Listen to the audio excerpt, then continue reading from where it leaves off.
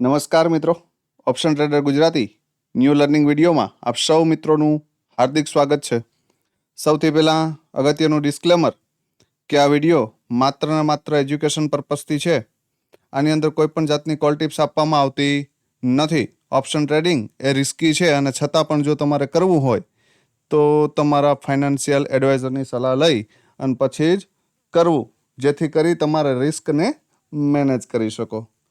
તો કેવું રહ્યું મિત્રો આ વીક આખું?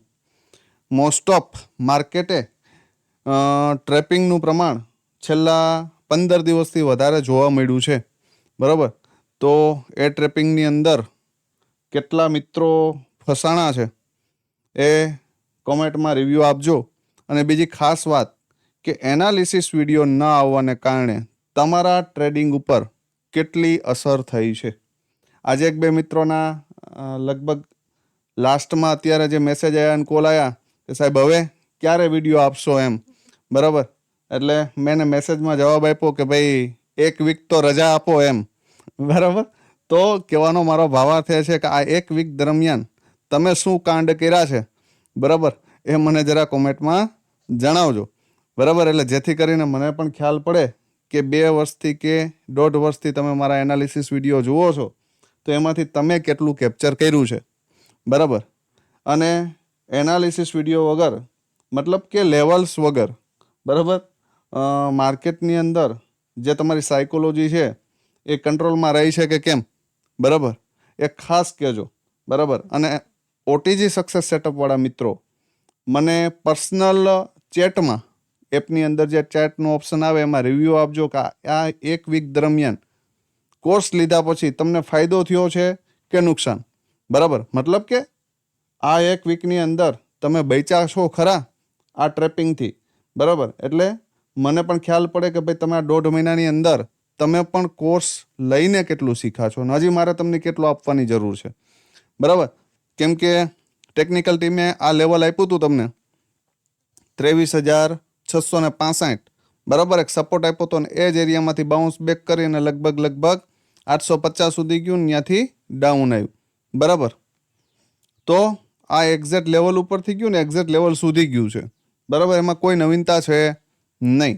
ખાસ મહત્વની વસ્તુ, હાલની પોઝિશનમાં જે માર્કેટ રિએક્ટ કરે છે એ માર્કેટ મોસ્ટ ઓફ નાની રેન્જમાં રમે છે, અથવા તો ગેપ અપ થાય છે અથવા તો ગેપ ડાઉન થાય છે અને સાઈડમાં સાઇડવેઝ કરી દે છે. ફર્સ્ટ 15 મિનિટની રેન્જ તમે ચેક કરો ને તો બહુ મોટી બને છે અને એની વચ્ચે આખો દિવસ ટાઈમ સ્પેન્ડ કરી દે, લાસ્ટ મોમેન્ટ ઉપર બ્રેકડાઉન યા બ્રેકઆઉટ કરે છે, બરાબર. તો આ જ કન્ડિશન આ હોલિડે પીરિયડ દરમિયાન રહેશે ભાઈ, બરાબર. તો બેટર વસ્તુ એ છે કે આવી ટ્રેપિંગમાં ફસાવા કરતાં એકાદ ટ્રેડ સારો મળી જાય તો ડન ફોર ધ ડે કરી દેવાય, એટલે જેથી કરીને તમે આ ટ્રેપિંગમાં ફસાવ નહીં. જોકે મોસ્ટ ઓફ મારી પાસે નોલેજ હોવા છતાં હું આ પીરિયડને લગભગ છેલ્લા 3 વર્ષથી એવોઇડ કરું છું. શું કામ? કે ભાઈ શ્યોર ટ્રેડ ન મળે અથવા તો લોંગ ટાર્ગેટ ન મળે, બરાબર. અને આપણી સાયકોલોજી કેવી થાય તો કે ખરાબ થાય, અને સાયકોલોજી એક વખત ખરાબ થશે એટલે મિનિમમ 1 કે 2 દિવસ તમારી સાયકોલોજીને કારણે તમારો લોસ થશે ને, એટલે તમે એ જ રિયલ સેટઅપ ઉપર સેકન્ડ ટાઈમ જ્યારે એન્ટ્રી બનશે ને તો પણ એન્ટ્રી કરી શકશો નહીં, બરાબર. એટલે બેટર વસ્તુ એ છે કે શ્યોર ટ્રેડ હોય તો જ એન્ટ્રી કરો, ન હોય તો એવોઇડ કરો, બરાબર. મહત્વની રેન્જ છે આવતીકાલ માટે 23,844. જો આની ઉપર 15 મિનિટની કેન્ડલ સસ્ટેન થઈ જાય તો અપસાઇડ બ્લાસ્ટ કરાવી દેશે, યાદ રાખજો. બધાને ડાઉન સાઇડ બેસાડેલા છે. આ ફર્સ્ટ કન્ડિશન કહું છું કે જો આવું થશે કોની ઉપર, 23,844ની ઉપર. ડાઉજોસ અને નેસ્ડેક 500 પોઈન્ટ ને 300 પોઈન્ટ ડાઉન છે. નેસ્ડેક કદાચ 300 પોઈન્ટ પ્લસ ડાઉન છે અને ડાઉજોસ છે એ કંઈક 500 પોઈન્ટની આજુબાજુ ડાઉન છે. પણ એ બધી વસ્તુને આપણે ધ્યાનમાં લેવાની થતી નથી. આપણા માટે મહત્વની વસ્તુ છે લેવલ, બરાબર. જો 844 ઉપર એક 15 મિનિટની કેન્ડલ સસ્ટેન થઈ ગઈ, બરાબર, તો તમને એ એક વખત 24,000ના રાઉન્ડ લેવલના દર્શન કરાવી દેશે અને એના પછી ઉપર જો જાય તો 24,113, બરાબર. આ પહેલી વાત. બીજી વાત કે ધારી લ્યો કે આની ઉપર એક કેન્ડલ ક્લોઝ થઈ ક્યાં, 708ની ઉપર, બરાબર, અને ફરી એનું રિટેસ્ટ આ એરિયામાં આવે ક્લોઝિંગ એરિયાની આજુબાજુ, અને અહીંયાથી કોઈ પોઝિટિવ કેન્ડલ બને તો અહીંથી 844 સુધી જઈ શકાય. બરાબર. એક વખત જો માર્કેટ કદાચ આમ ટ્રેપિંગ કરવા જાય ને પછી અહીંયાથી શૂટિંગ સ્ટાર કેન્ડલ મારે ને 844ની લેવલેથી, તો અહીંયાથી ડાઉન સાઈડ માટે જઈ શકાય. આ સેકન્ડ પોસિબિલિટી. થર્ડ પોસિબિલિટી કે મોર્નિંગમાં જો 23,587નું લેવલ બ્રેક થઈ જાય આ ઝોન, તો પહેલો ટાર્ગેટ 23,428 અને એનાથી નીચે જાય તો 23,305. બરાબર. આ લેવલ બતાવી શકે માર્કેટ. બરાબર. એમાં કોઈ નવીનતા છે નહીં. ધારી લ્યો કે માર્કેટ 428ની નીચે જ ઓપન થઈ ગયું અથવા તો ફર્સ્ટ 15 મિનિટની કેન્ડલ ક્લોઝ થઈ ગઈ. બરાબર. તો પછી એના માટે 23,500 છે ને એ બર્ડન રહેશે. યાદ રાખજો. 23,500નું જે રાઉન્ડ લેવલ છે એ શું થશે? બર્ડન. તો અહીંથી આમ ઉપર જાય ને આ એરિયામાંથી કોઈ નેગેટિવ કેન્ડલ મળે ને તો 23,300 અને 23,168 માટે શોર્ટ કરી શકાય. બરાબર. આ ક્લિયર રાખજો. આ ઝોનમાંથી જો આની નીચે જ ઓપન થઈ ગયું 500ની નીચે અને ફરી જો અહીંયાથી 500ની આજુબાજુથી ક્યાંય નેગેટિવ કેન્ડલ મળે સ્ટ્રોંગ 15 મિનિટમાં, બરાબર, તો એના રિટેસ્ટ ઉપર શોર્ટ કરી શકાય. ક્યાં સુધી? 305 અને 168. બરાબર. તો આ લો બ્રેક કરી દેશે એ. બરાબર. આ યાદ રાખવું. હવે જોઈ લો પ્રીમિયમ કે ભાઈ એમાં શું થઈ શકે. પ્રીમિયમ છે 23,700. 23,700નો કોલ અને 23,300નો પુટ. આની અંદર શું થઈ શકે એ આપણે ચર્ચા કરવાની છે. મહત્વની વસ્તુ છે, કોલનું પ્રીમિયમ જ્યાં સુધી 211ની ઉપર, યાદ રાખજો, 211ની ઉપર એક 15 મિનિટની કેન્ડલ સસ્ટેન ન કરી જાય ત્યાં સુધી કોલમાં બુલિશ થવું નહીં. બરાબર. આની ઉપર સ્ટ્રોંગ મૂવમેન્ટ માટે 211 પર એક 15 મિનિટ કેન્ડલ સસ્ટેન કરે અને 158ની આજુબાજુ આવીને કોઈ પોઝિટિવ કેન્ડલ બનાવે તો અહીંયાથી આપણે લોંગમાં જશું. 258, 305. બરાબર. અને એનાથી ઉપર જાય તો 370. બરાબર. આટલું ક્લિયર રાખજો. બીજી કન્ડિશન કે મોર્નિંગમાં જો 158ની ઉપર એક 15 મિનિટ ક્લોઝ થઈ જાય અને ફરી તમને 135, 140ની આજુબાજુ ક્યાંય પણ સપોર્ટ લેતું દેખાય તો 211 માટે જઈ શકાય. આ સેકન્ડ પોસિબિલિટી. થર્ડ પોસિબિલિટી કે મોર્નિંગમાં જ જો માર્કેટ ગેપ ડાઉન ઓપન થાય અને આ 45 રૂપિયાની આજુબાજુ મળે, બરાબર, તો 45 રૂપિયાને એકવાર બ્રેક કરીને ફરી જો ઉપર નીકળે તો આની અંદર 2x ફંડની કેપેસિટી છે, 92 સુધી જઈ શકે. બરાબર. પણ ક્લીન વસ્તુ રાખજો. મેં એક દિવસ મેસેજમાં પણ કીધું હતું કે 20 પોઈન્ટથી ઉપર આપણો કોઈ પણ ટ્રેડ ફરી જાય આપણા બાઇંગ પોઈન્ટથી, પછી એસએલ લેવાનો થતો નથી. ટાર્ગેટ ન મળે તો ઇટ્સ ઓકે, પણ coast to coast sea to sea આપણો એસએલ હોવો જોઈએ. બરાબર.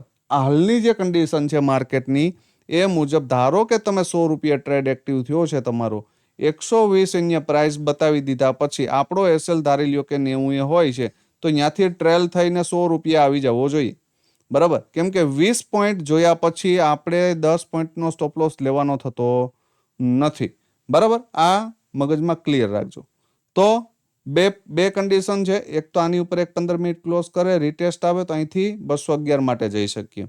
211ની ઉપર કોઈ 15 મિનિટ ક્લોઝ થઈ જાય, ફરી ડીપ આવે 158ની આજુબાજુ ક્યાંય સપોર્ટ લે તો 258, 305 માટે જઈ શકીએ. બરાબર. અને ધારી લ્યો કે મોર્નિંગમાં ગેપ ડાઉન ઓપન થાય અને 45ની નીચે આ પ્રીમિયમ ખુલે ને 45ની ઉપર નીકળે ફરી તો 92 સુધી જઈ શકે. It's possible. આમાં કોઈ શંકાને સ્થાન નથી. યાદ રાખજો. 45ની ઉપર જો ફરી ન નીકળી શકે અને એ 10-11 રૂપિયાની આજુબાજુ આ રીતના રેન્જ બનાવે, રેન્જનું બ્રેકડાઉન કરે ને ફરી ઉપર નીકળે, બરાબર, તો એક 45ના ટાર્ગેટ માટે જઈ શકાય. બરાબર. આ યાદ રાખજો. હવે 23,300નો પુટ જ્યાં સુધી 29 રૂપિયાની ઉપર છે ત્યાં સુધી બુલિશ છે. મગજમાં ક્લિયર રાખજો. બરાબર. 29 રૂપિયાની ઉપર છે ત્યાં સુધી બુલિશ છે. બરાબર. મોર્નિંગમાં જો 100-150 પોઈન્ટની આજુબાજુ પણ ગેપ ડાઉન ઓપન થયું તો આ પ્રીમિયમ તમને 30થી 35, 40, 35ની આજુબાજુ લેવા મળશે ભાઈ. બરાબર. જો કદાચ 150 પોઈન્ટ પણ ગેપ ડાઉન થયું તો 85ની નીચે ખુલશે. બરાબર, અને અહીંયાથી એક સ્પાઇક મારતું જોવા મળશે ને આ એરિયામાં જો તમારી એન્ટ્રી બને 30-35ની આજુબાજુ, અથવા તો આ લોને બ્રેક કરે 29ને ફરી આમ ઉપર આવીને ક્લોઝ કરે, બરાબર, તો પણ આની અંદર એક પોઝિટિવિટી આવી શકે. પહેલો ટાર્ગેટ 55, સેકન્ડ 85 અને એનાથી ઉપર જાય તો 140 સુધી જઈ શકે. ક્યાંથી? ડીપથી.